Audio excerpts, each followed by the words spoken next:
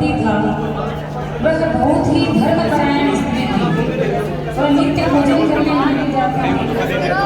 आइए हम देखते हैं मंदिर का दृश्य जहाँ वो भक्ति कर रहे हैं। हेलो, कृपया क्या ये सब्जी बिक रही है क्या हो?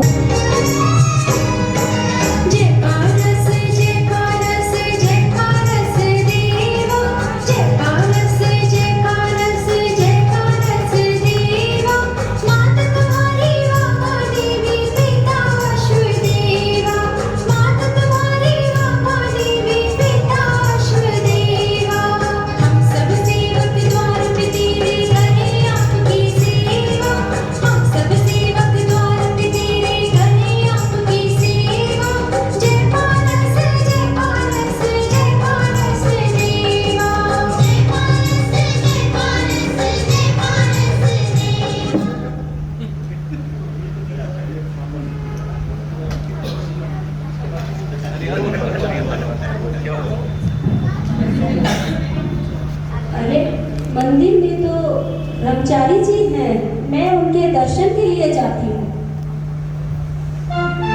वंदना भैया जी।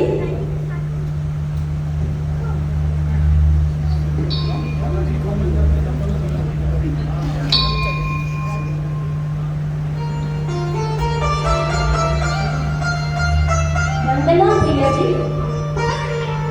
भैया जी, आज हमारे पुण्योदय से आपका हमारे मंदिर में आगमन हुआ है। मैं आपको अपने घर आहार के लिए आमंत्रित करने आई हूँ। कृपया आप हमारे घर पधारिए। मैं आपके इस वात्सल्यपूर्ण निमंत्रण को स्वीकार करता हूँ। मैं आने की अवश्य कोशिश करूँगा। आपका बहुत बहुत धन्यवाद। मैं चलती हूँ। वंदना भैया जी।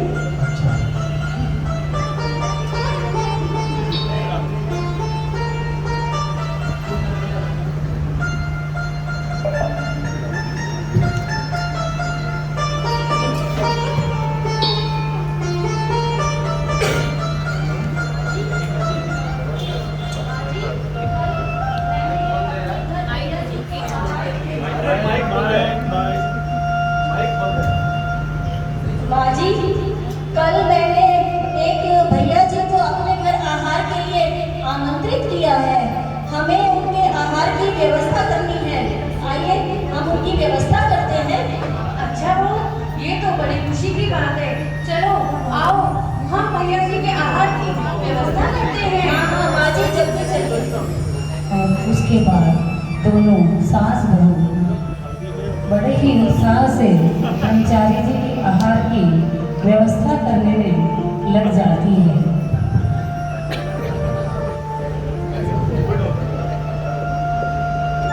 अगले दिन भैया जी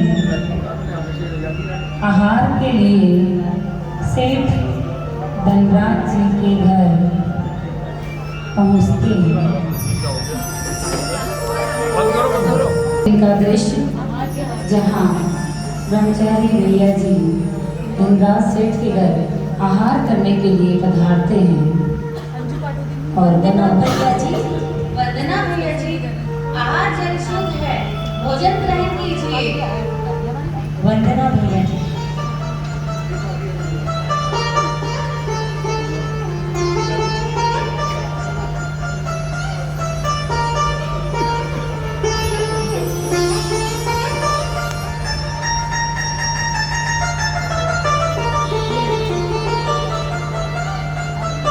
भैया जी विधि पूर्वक आहार करते हैं।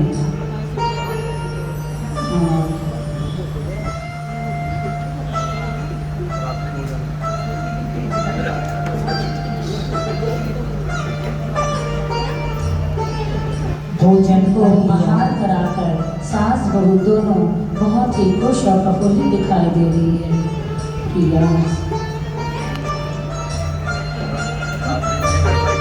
आहार के पश्चात ब्रह्मचारी जी भैया जी पूरे परिवार के साथ धर्म चर्चा के लिए बैठ जाते हैं।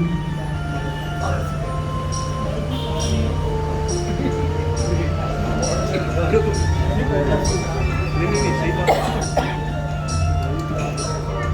जी, आज मुझे आपसे एक प्रश्न पूछना है। भैया जी, एक बात बताइए, आप इतनी सवेरे सवेरे कैसे, इतनी जल्दी? ये इसे क्या हो गया? दोपहर की घड़ी 12 बजा रही है और इतनी सवेरे सवेरे कैसे? बहन, समय की कोई खबर नहीं, इसलिए सुबह सुबह ही। यह बहन तो बहुत ज्ञानवान प्रतीत होती है। चलो इसकी परीक्षा लेते हैं। अच्छा बहन, यह तो बताओ आपकी आयु क्या है? भैया जी, मेरी आयु अभी 20 वर्ष की है। लो, कर लो बात।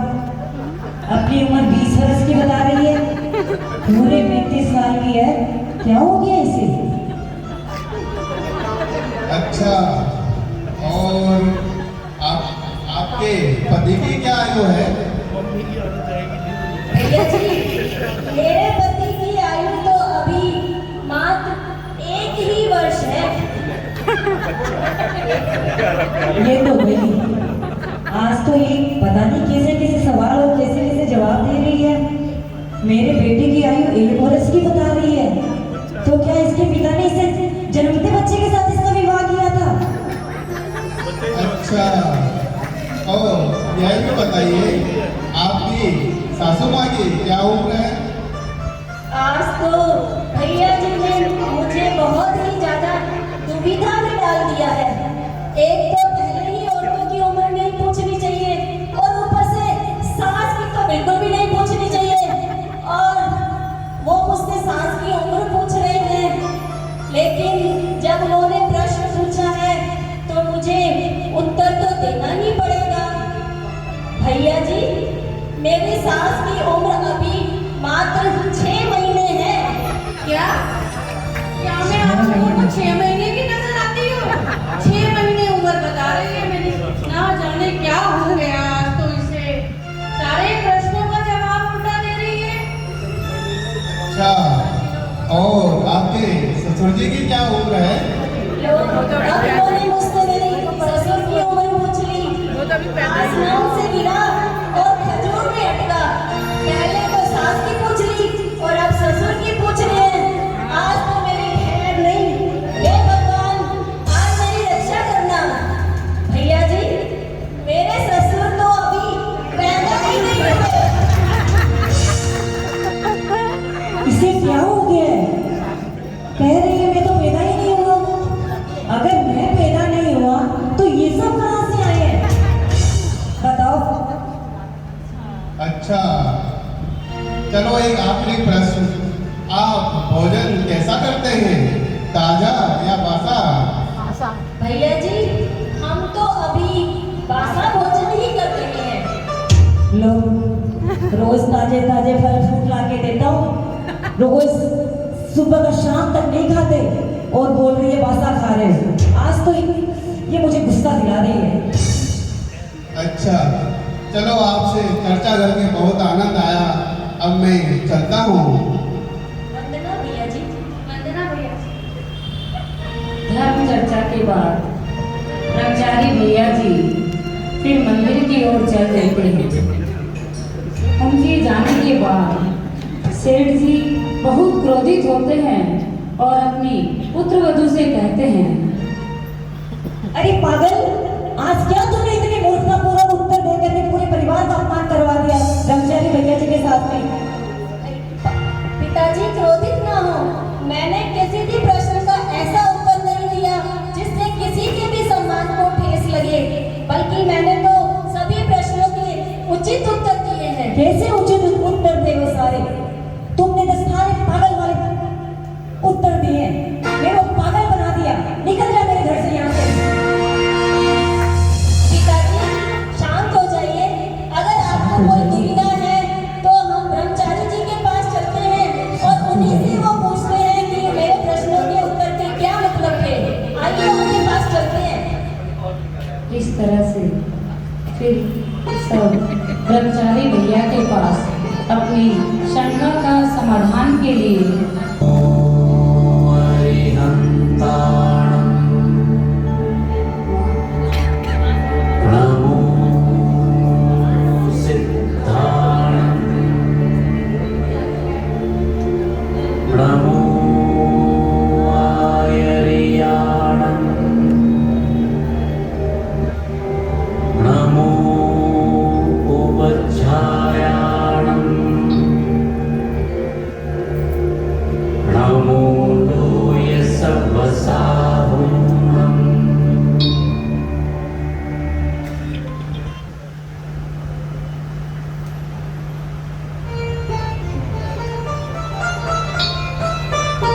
वंदना भैया जी।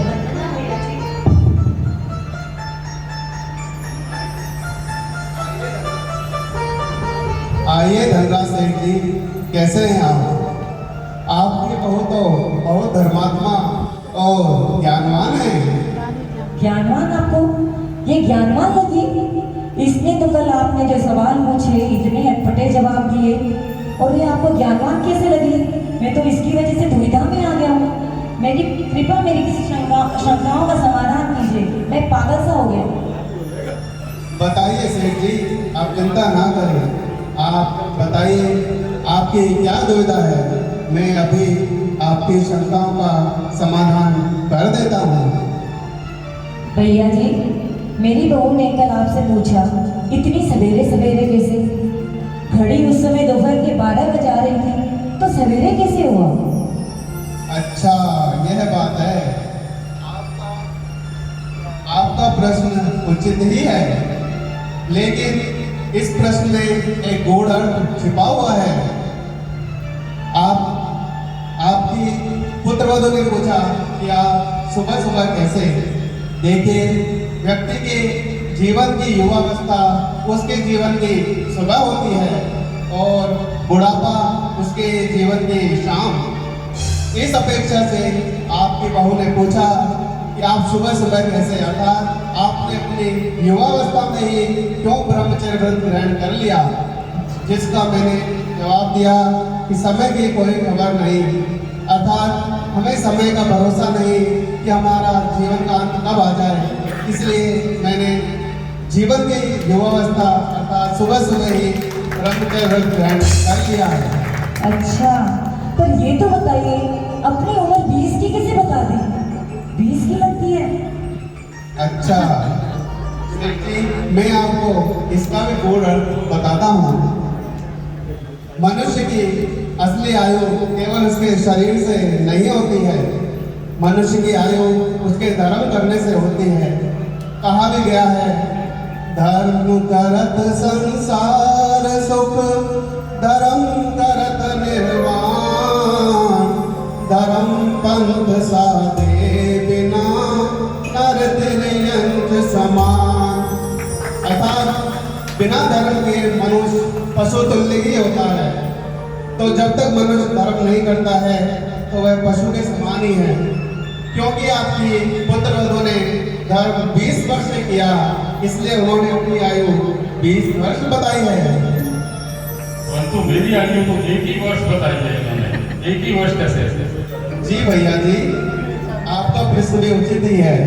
देखिए, आप हमेशा अपने जीवन में पढ़ाई लिखाई करने में, अपने व्यापार में, अपने पिताजी का सहयोग करने में लगे रहे। कभी भी आपने धर्म का साथ नहीं दिया, धर्म में नहीं लगे। परंतु अपने विवाह के उपरांत अपनी पत्नी के कहने पर 1 वर्ष से आप धर्म कर रहे हैं। इस अपेक्षा से उन्होंने कहा कि आपकी आयु 1 वर्ष है। अच्छा, और भैया जी, मेरी आयु सिर्फ 6 माह बताई है। इसका तो मुझे समझ नहीं आ रहा कुछ भी। जी माँ जी, देखिए, आप हमेशा अपने घर गृहस्थी के कार्यों में उलझी रही। आप अपने बच्चों को पढ़ाने लिखाने में, अपने पति की सेवा करने में, इन सब कार्यों में लगी रही। कभी भी आपको कोई ध्यान नहीं रहा कि मुझे धर्म भी करना है। लेकिन जब आपकी पुत्रवधू घर में आई, उन्होंने आपको प्रेरणा दी, तो आप धीरे धीरे धर्म में लगी और अब 6 माह से आप धर्म कर रही हैं। इस वजह से उन्होंने अब आपकी आयु 6 माह बताई है। अच्छा, तो ये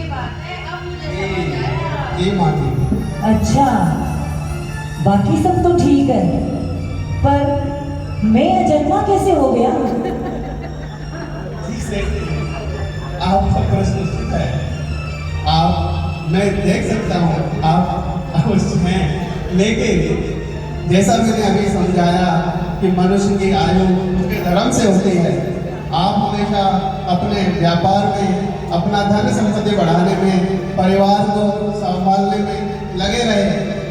आप कभी भी धर्म में नहीं लग पाए। आपने इसको अपना महत्वपूर्ण स्थान दिया ही नहीं। इस वजह से अब तक आपने धर्म में बिल्कुल रुचि नहीं ली है। इसीलिए उन्होंने आपको बताया कि आपका तो जन्म ही नहीं हुआ। जब आप धर्म में लगेंगे तभी आपका असली जीवन माना जाएगा। अच्छा, ये बात है। लेकिन एक प्रश्न की शंका को और दूर करिए। इसने पूछा कि आपने पूछा ताजा खाते हो बासा? इसने जवाब दिया बासा। बासा कैसे हुआ? हमारे घर में तो रोज नित्य नए नए फ्रूट्स, फल, नए नए पकवान बनते हैं और सुबह का शाम भी हम नहीं खाते, तो बासा कैसे हुआ?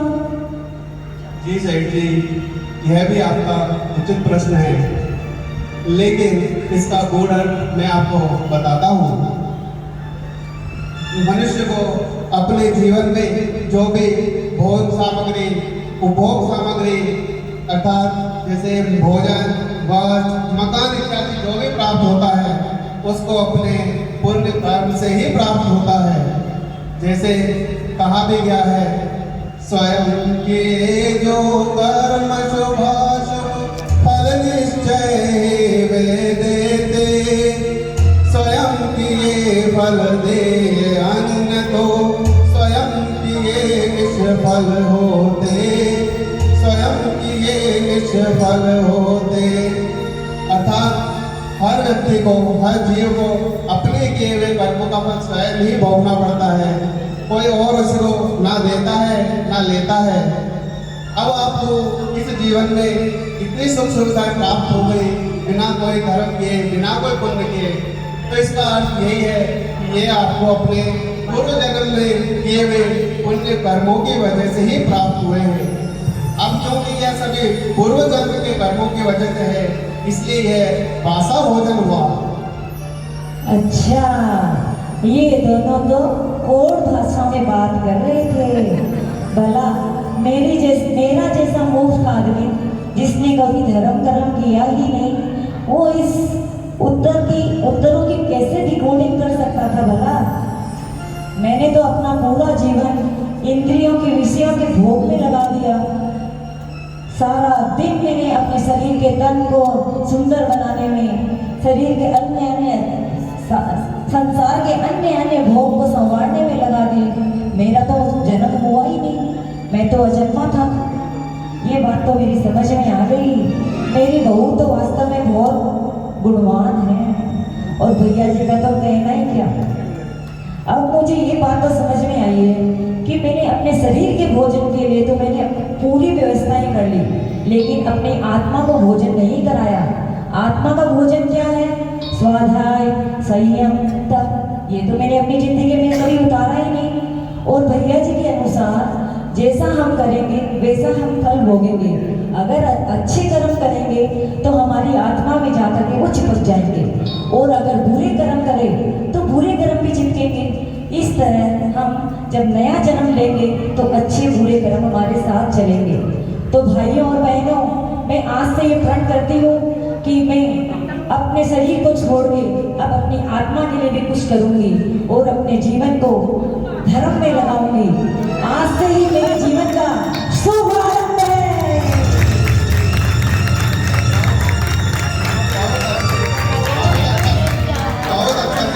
बहुत अच्छा, बहुत अच्छा प्रण लिया है। आप अपने जीवन का शुभारंभ करिए।